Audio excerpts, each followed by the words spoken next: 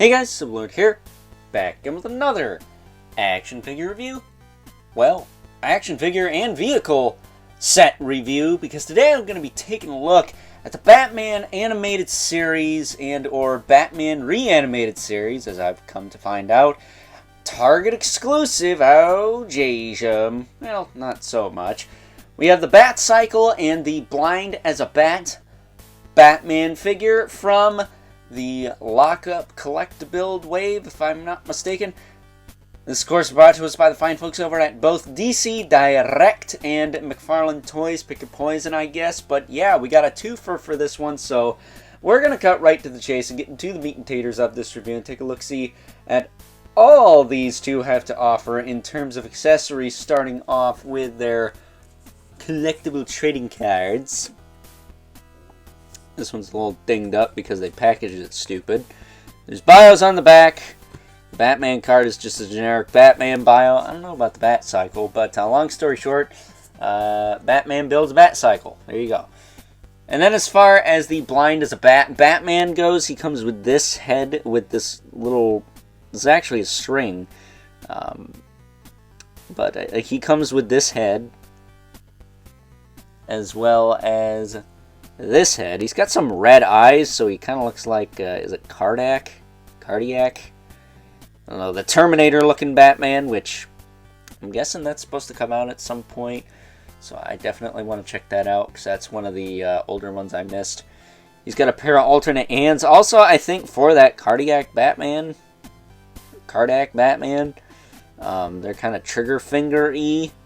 Looks like he's supposed to have guns or something, but clearly Batman doesn't roll that way. It's always a grapple gun with him. And then we have 3 Batarangs from that Blind as a Bat episode. They're a little bigger. They look like the symbol on his chest. That's all fine and dandy. As far as the Batcycle goes, well, it's sitting on its accessory, so why don't we move old Batman out of the way for a second here. And the Batcycle. So we can look at this niftaroony stand here, which has this removable effect piece. You could take it off, and then it's got a nice display base. This piece will actually tilt. You get it in there, right? This piece will actually tilt so you can pose the bike a little bit. That's pretty cool, but yeah, that's pretty much it. It's just a simple display base. Nothing too crazy, nothing too advanced. The Batcycle also is nothing too advanced. It's got a little button on the bottom here so you can press it and it activates some pretty awesome lights. Very, very bright lights that look pretty good. And they also illuminate onto the figure. You don't see that very often, but this one they do. And I appreciate that because it allows you to see the figure in the dark, you know. Said to turn them off, you just press the button again. Very simple gimmick. It stays on too, it won't turn off on you. It rolls on the ground very easily, and it will sit on its own. It actually does lean, so there you go. That is the Batcycle. That said, is there a light back here? I think there is. I can't tell, but at any rate, getting that out of the way, we now have this Blind as a Batman. It's very episode specific, but one of the things you'll notice, he has the helmeted head from the Batcycle on him already.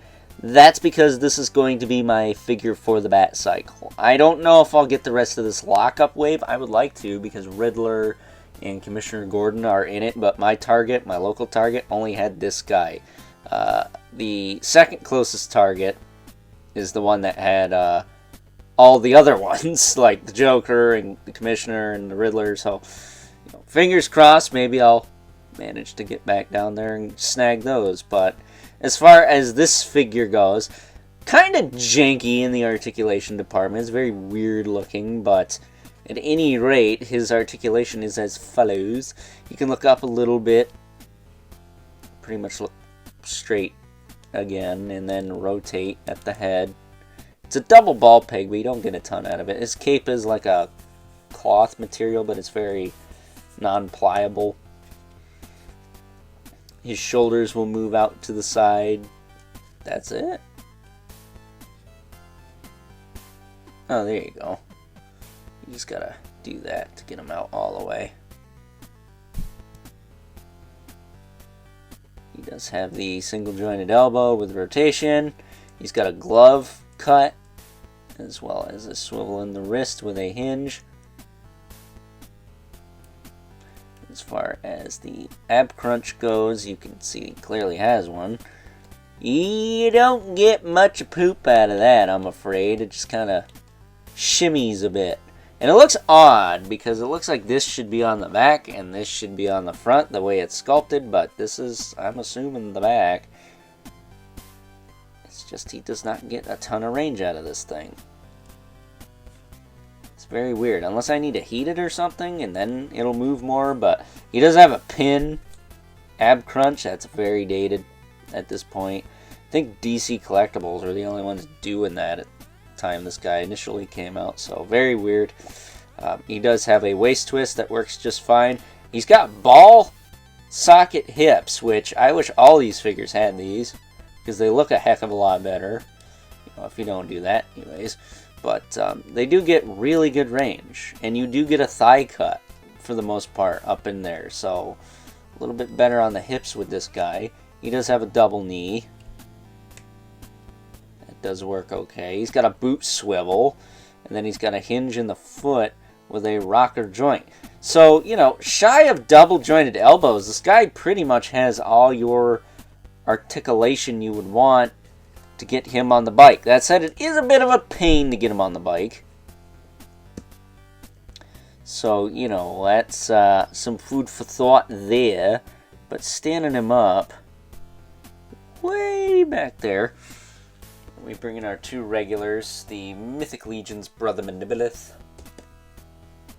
He's dropping his mace again. Always dropping your mace, buddy. There we go. Mythic Legion's Brother Mandibilith, right there.